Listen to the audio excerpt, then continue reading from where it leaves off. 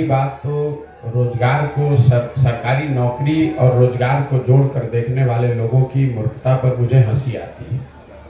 सरकारी नौकरी रोजगार का एक साधन है, ये पूरा रोजगार नहीं है। आप 13 करोड़ के जनसंख्या वाले बिहार में सरकारी नौकरी के जरिए लोगों को रोजगार खाली नहीं दे सकते।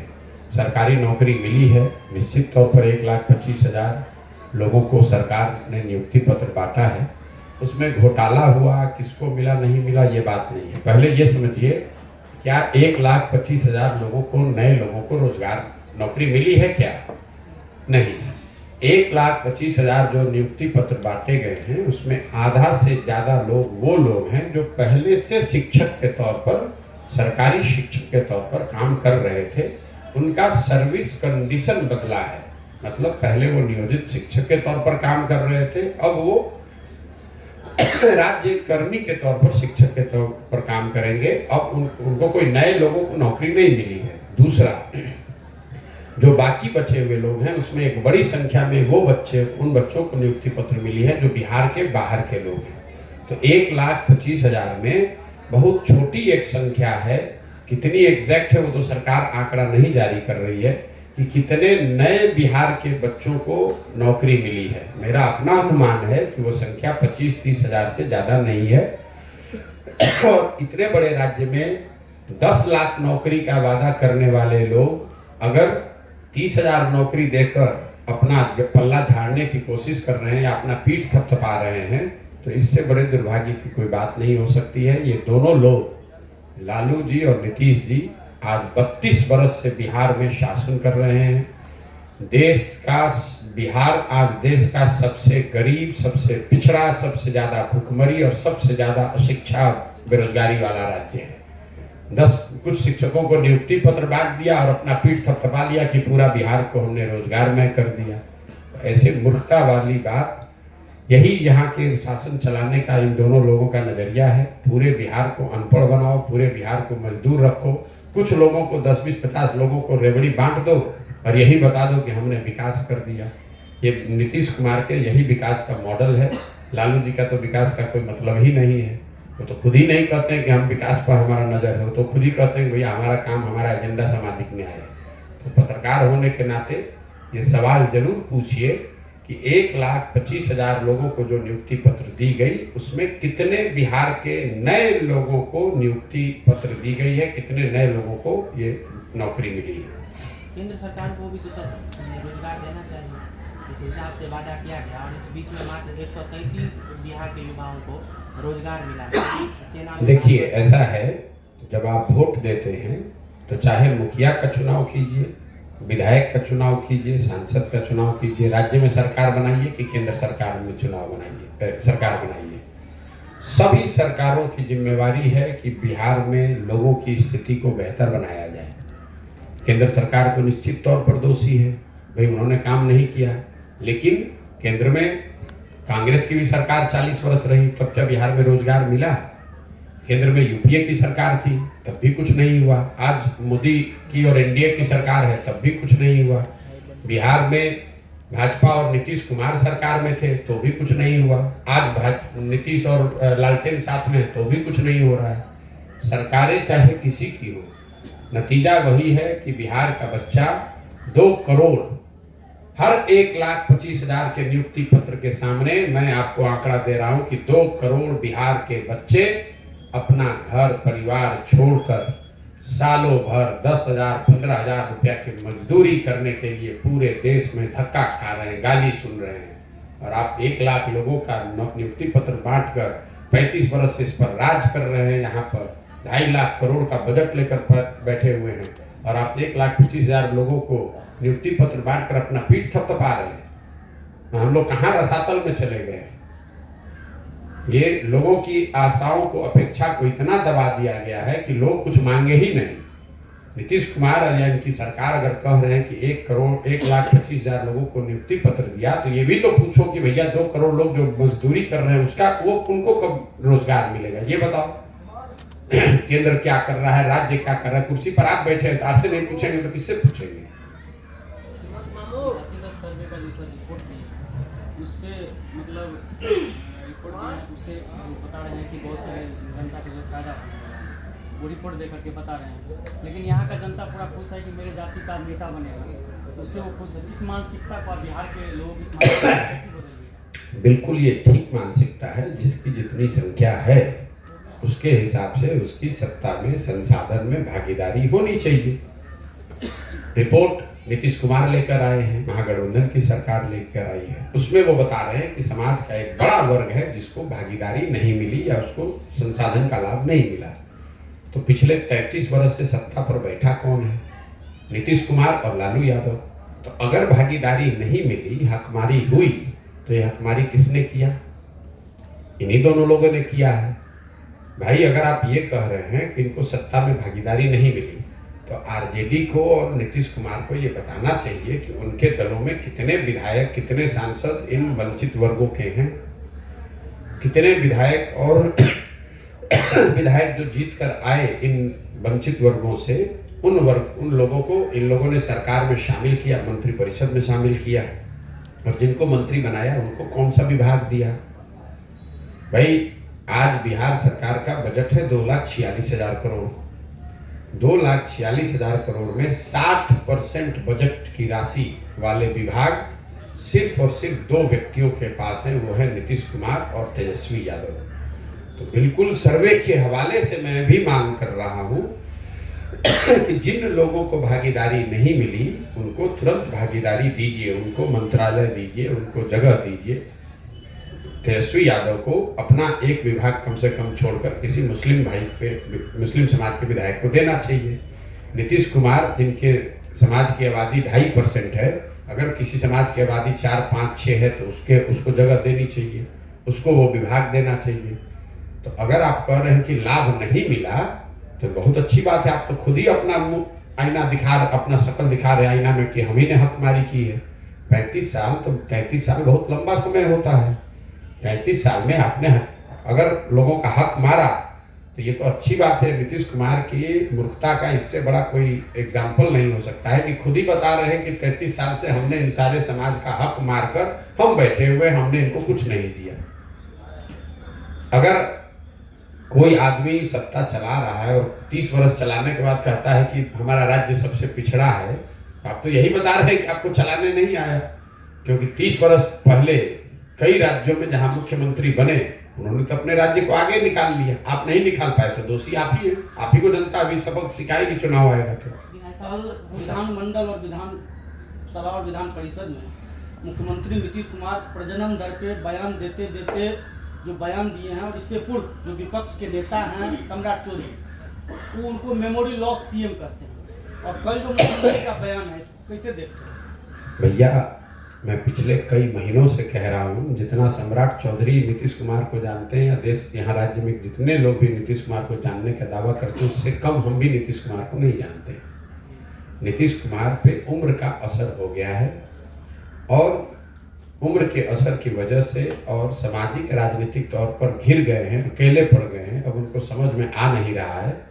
तो आप कल की बात मत कीजिए। कई महीनों से नीतीश कुमार बोलना कुछ शुरू करते हैं, बोल कुछ और जाते हैं। अब कल उन्होंने जो फर्टिलिटी पे जो बात कही है, स्वतंत्र भारत के इतिहास में कोई सिटिंग मुख्यमंत्री इस तरह का भाषा और इस तरह के उदाहरण का प्रयोग विधानसभा के पटल पर करे, ये आज तक कोई इसका उदाहरण नहीं है। ये दिखाता है कि इस आदमी की क्या मनोस्थिति है, क्या दशा है। या तो उनको समझ नहीं है या डेल्यूजनल हो गए हैं। मैं अंग्रेजी में रोज कहता हूँ डेल्यूजनल हो गए हैं, उनको समझ में नहीं आ रहा कि हम बोल क्या रहे हैं, और पूरी जनता हंस रही है। अब उनके राजनीति का अंतिम दौर चल रहा है, 2, 4, 5, 6 महीना जितना दिन खींच कर चल ले, इसके आगे अब चलने वाले नहीं है। पूरे बिहार की जनता रोज देख रही है, सिर्फ एक बयान का मतलब नहीं है। उनकी असंवेदनशीलता, उनकी राजनीतिक हाराकिरी, कभी उलट के दाएं कभी उलट के बाएं। आप उनका वक्तव्य, उनका भाषण देखिए। जब राष्ट्रपति आए थी, महामहिम के सामने खड़े होकर पोडियम से जब भाषण दे रहे हैं तो कभी कुर्ता उठा रहे हैं, कभी गाल खजुला रहे हैं, कभी बाल बना रहे हैं। मतलब उनको लगता ही नहीं है कि सार्वजनिक मंच पर खड़े होकर बात करने का जो बेसिक तौर तरीका है वो भी नहीं है। और ये रोज की बात है। छपरा में लोग जहरीली शराब से लोगों की मृत्यु हो गई तो राज्य की मुखिया के होने के नाते शोक संवेदना व्यक्त करने के बजाय पॉकेट में हाथ डालकर हंस रहे हैं, कह रहे हैं कि जो पिएगा वो मरेगा। अपने आप को बड़ा काबिल समझ रहे हैं, जबकि जनता नीचे हंस रही है। हर गांव में, हर घर में थू थू हो रहा है नीतीश कुमार के नाम पर। और ऊपर बैठे हुए जो वो है ना, राजा की एक कहानी कि राजा जब को महंगे कपड़े का पहनने का शौक हुआ तो किसी ने बताया भैया और पतला और पतला, तो कोई बुनकर ने आकर ऐसा कहा दिया कि बिना कपड़ा पहनाए ही उनको हाथी पर बैठा दिया। राजा घूम रहे, लोग कह रहे वाह वाह कितना बढ़िया कितना बढ़िया। राजा नंगा घूम रहा है, उसको पता ही नहीं चल रहा है कि मैं नंगा हूँ। तो नीतीश कुमार की वही हालत है। वो और उनके 4-5 दरबारी मिलकर बता रहे हैं कि सर बहुत अच्छा बहुत अच्छा, और नीतीश कुमार को लग रहा है कि मैं बहुत बढ़िया होते जा रहा हूँ। सच्चाई यह है कि जनता हंस रही है उनकी मूर्खता पर, उनकी अज्ञानता पर, उनकी नासमझी पर, उनके कुशासन पर। और उनको दिखेगा जब कोई आदमी खड़ा होकर कह देगा कि सर आपके शरीर पर तो वस्त्र ही नहीं है, और वो जनता को वो दिखाने का अवसर आएगा चुनाव में जब उनका दल हारेगा तो दिखेगा उनको आईने के तरह कि उनके शरीर पर कुछ बचा ही नहीं है, उनके दल का कुछ बचा ही नहीं है, जनता में कुछ बात उनके लिए बची नहीं है। तेजस्वी प्रसाद यादव ने उसको डिफेंड भी किया है, कहा है कि सेक्स एजुकेशन तो आमतौर पर स्कूलों में अच्छी तरीके से पढ़ाना चाहिए। तेजस्वी यादव किस स्कूल में गए हैं और किसमें सेक्स एजुकेशन की पढ़ाई उन्होंने की है, वो तो उनको जनता को सार्वजनिक करना चाहिए। जहाँ तक जनता जानती हो तो 9वीं भी पास नहीं किए, तो किस स्कूल में गए सेक्स एजुकेशन की उनको पढ़ाई हुई जिसमें ये बताया गया कि मुख्यमंत्री को विधानसभा में खड़े होकर जनसंख्या नियंत्रण पर एक विशेष टिप्पणी करनी चाहिए। यह तेजस्वी यादव का भी ज्ञान का प्रदर्शन है। ये बताता है कि जब आप खुद विद्यालय नहीं गए हैं तो आपको यही लगेगा। मान लीजिए कि हम अंतरिक्ष में नहीं गए तो हमको नहीं मालूम है कि अंतरिक्ष में क्या होता है। तो तेजस्वी यादव जब खुद विद्यालय नहीं गए तो उनको मालूम क्या है कि विद्यालय में सेक्स एजुकेशन को कैसे पढ़ाया जाता है। विद्यालय में सेक्स एजुकेशन में ये चीज़ नहीं पढ़ाई जाती है, नहीं बताया जाता है, उस भाषा में उस वल्गैरिटी के साथ नहीं बताया जाता है जिस तरीके से इस राज्य का मुखिया खड़ा होकर विधानसभा में निर्लज्ज बनकर इस राज्य में आधी आबादी महिलाओं की है और जिस भाषा का वो प्रयोग कर रहे हैं, जिस तरह का संदर्भ में उन्होंने बात की है, ये सेक्स एजुकेशन का हिस्सा है।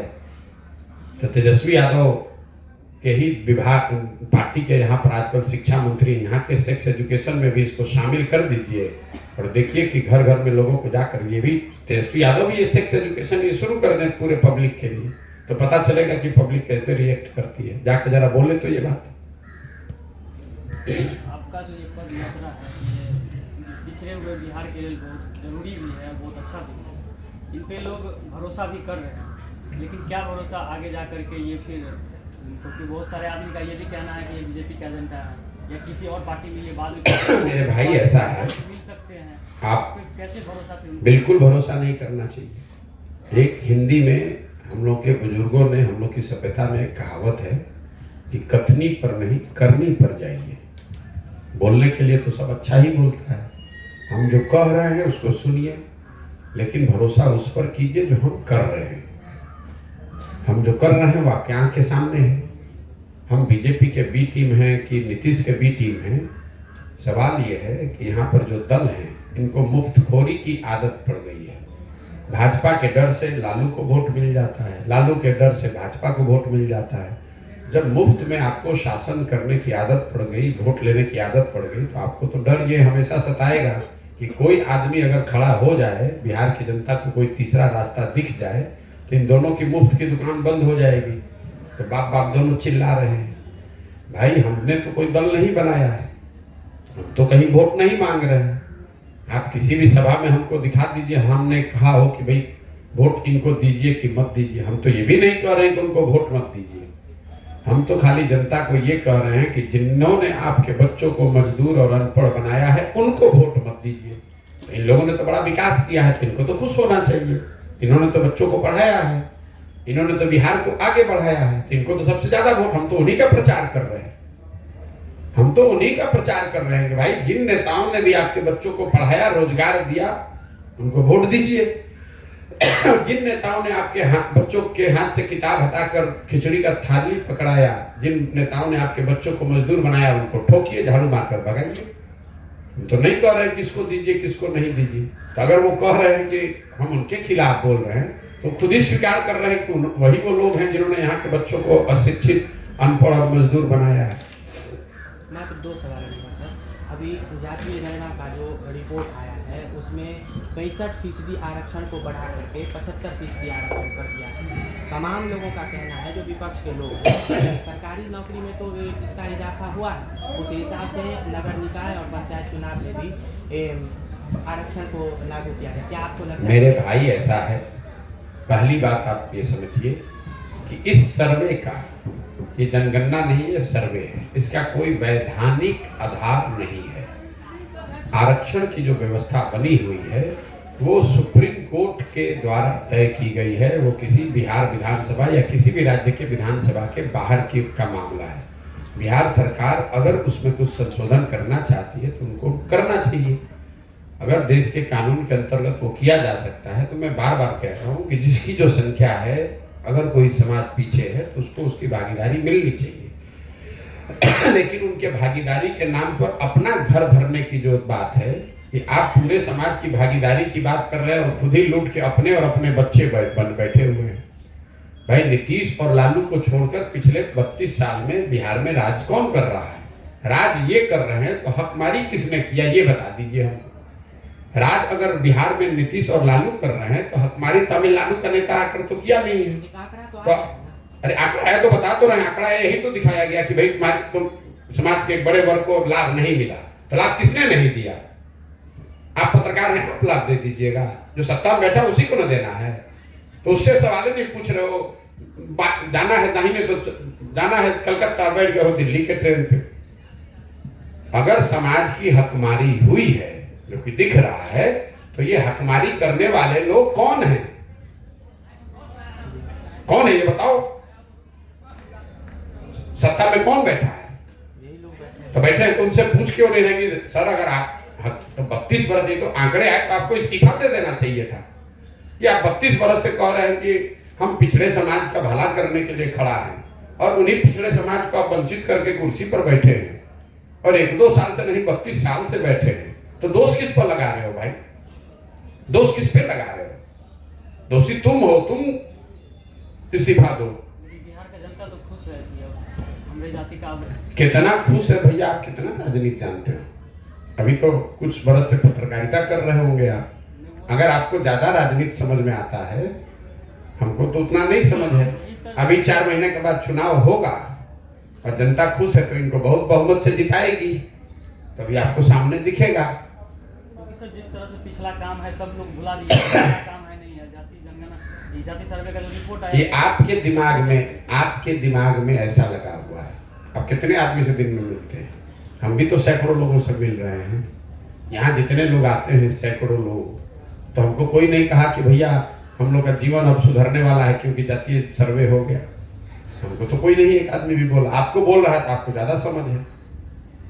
और अगर मान लीजिए कि हमारी गलत समझ है तो इसमें क्या बहस है? 4 महीने के बाद चुनाव होगा, बिहार की जनता बहुत खुश है कि भैया सर्वे हो गया, अब हम लोग अमेरिका बन गए, अमेरिका बनने वाले हैं, हम लोग का जीवन सुधरने वाला है, तो सब लोग मिलकर नीतीश कुमार को वोट देगा। लेकिन अगर नहीं देगा तो उसके बाद पत्रकारिता छोड़ दोगे? सर वही पूछना हम आपको बता रहे हैं कि अगर नीतीश कुमार को 5 से ज्यादा सीट आ गया तो हम ये काम छोड़ देंगे। तुम्हें अगर दम है, जनता की बात कह रहे हो, अगर आप में दम है तो आप ये कहिए कि ना भैया देश में, राज्य में बहुत सब लोग, जनता आप कहे ना सब लोग खुश है। वो लोग चाहते हैं कि हमारी जाति का बने, वो लोग अरे आप विकास नहीं दे। आप लोगों के, आप प्रवक्ता हैं, आप समाजशास्त्री हैं, लोग का सर मानसिकता ऐसा, मानसिकता को आप कितना जानते हैं? आप अपना मानसिकता आपको पता नहीं है, लोग का मानसिकता बता रहे हैं। आपका काम लोगों का सवाल पूछना है, लोगों की क्या मानसिकता है उस पर आप टिप्पणी कर सकते हैं। लेकिन इतने विश्वास से कि लोग क्या सोचते हैं अगर आप ही को मालूम है तो आप ही को सब मालूम है, फिर हमसे पूछने की जरूरत क्या है? हम तो वही बताएंगे जो हम समझते हैं।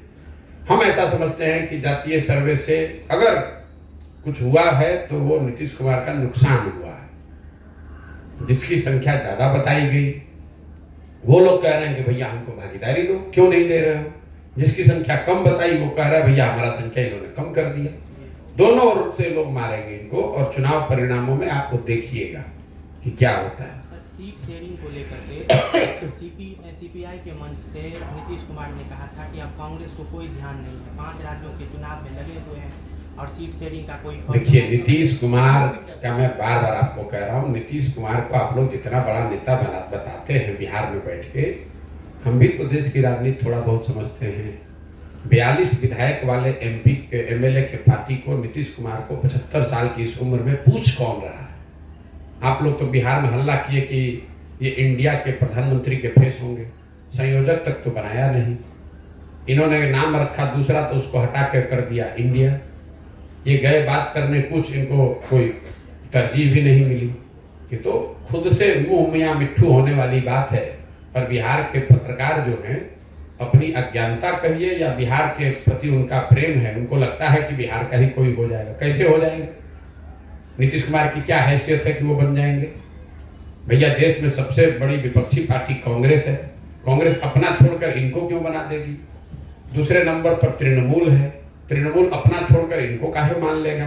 तीसरे नंबर पर डीएमके है, वो अपना छोड़कर इनको काहे मान लेगा?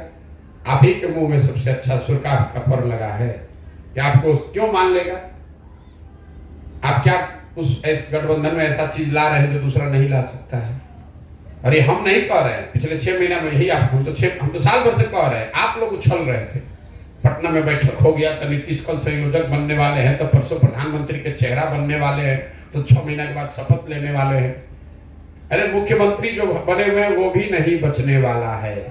लोकसभा का चुनाव होने दीजिए। नीतीश कुमार की कहानी, राजनीतिक कहानी का अब अंत आ गया है।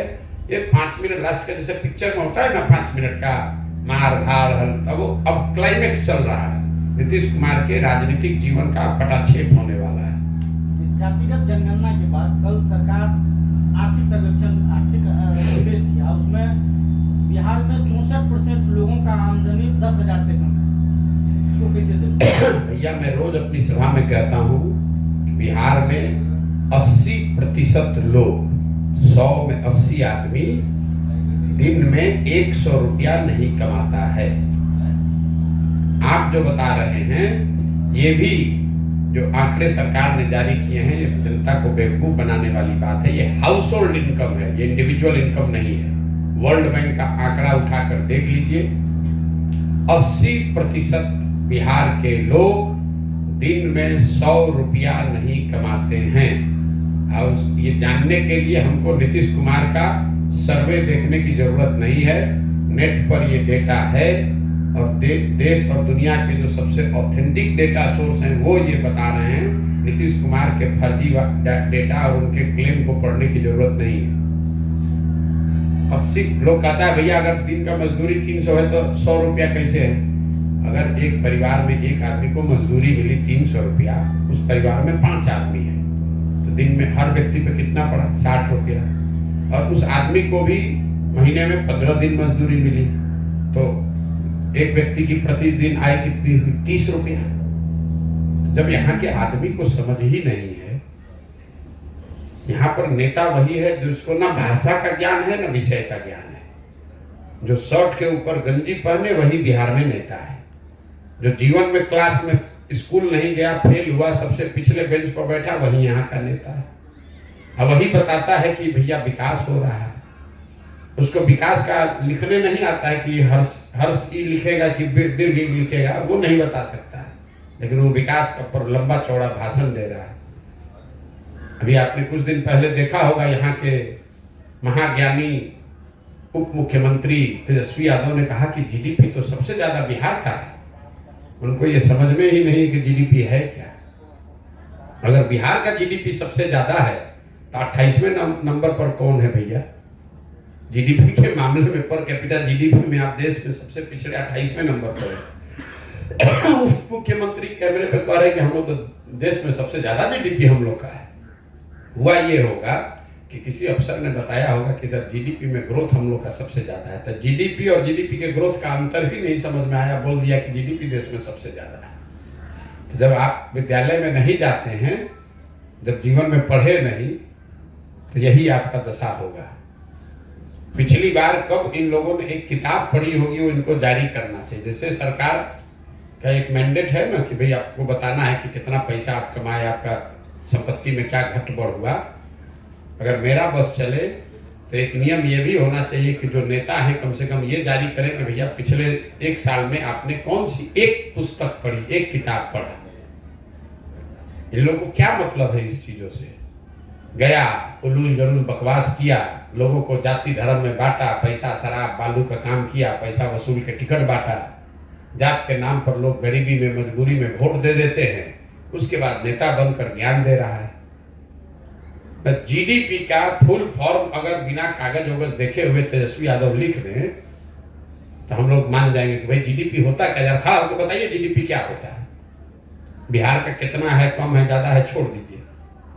अपने सब सलाहकारों की मदद लेने के बाद भी अगर तेजस्वी यादव बिना कागज देखे हुए जीडीपी को परिभाषित कर दें कि जीडीपी होता क्या है, जीडीपी का कैलकुलेशन कैसे होता है, तो हम ये काम छोड़कर तेजस्वी यादव का झंडा ले लेंगे। वो पहले 4 दिन तैयारी करके खाली कैमरा पर आके समझा दें कि जीडीपी कैलकुलेट कैसे होता है। ये क्या बताएंगे जीडीपी की बात। और आप लोग भी बड़का सवाल किए जा रहे हैं तेजस्वी यादव। भाई तेजस्वी यादव की क्या पहचान है? 9वां फेल आदमी है, क्रिकेट खेलने गए तो उसमें पानी ढोते थे। कौन सा ऐसा बड़ा पराक्रम कर लिया? लालू जी के लड़के हैं इसलिए सब लोग जानता है, लालू जी के लड़के हैं इसलिए राजद के नेता हैं, राहुल गांधी राजीव गांधी के लड़के इसलिए कांग्रेस के नेता, उससे देश के नेता थोड़े ना हो जाएंगे। आपके बाबूजी की पार्टी है तो कोई भी बन जाएगा। आपके बाबूजी का दुकान है तो आप पढ़िए चाहे लखेरा रहिए, जाके दुकान पर बैठ जाइएगा, दुकान का मालिक हो जाइएगा। उसमें आपकी योग्यता क्या है? ठीक है भैया, बहुत बहुत धन्यवाद।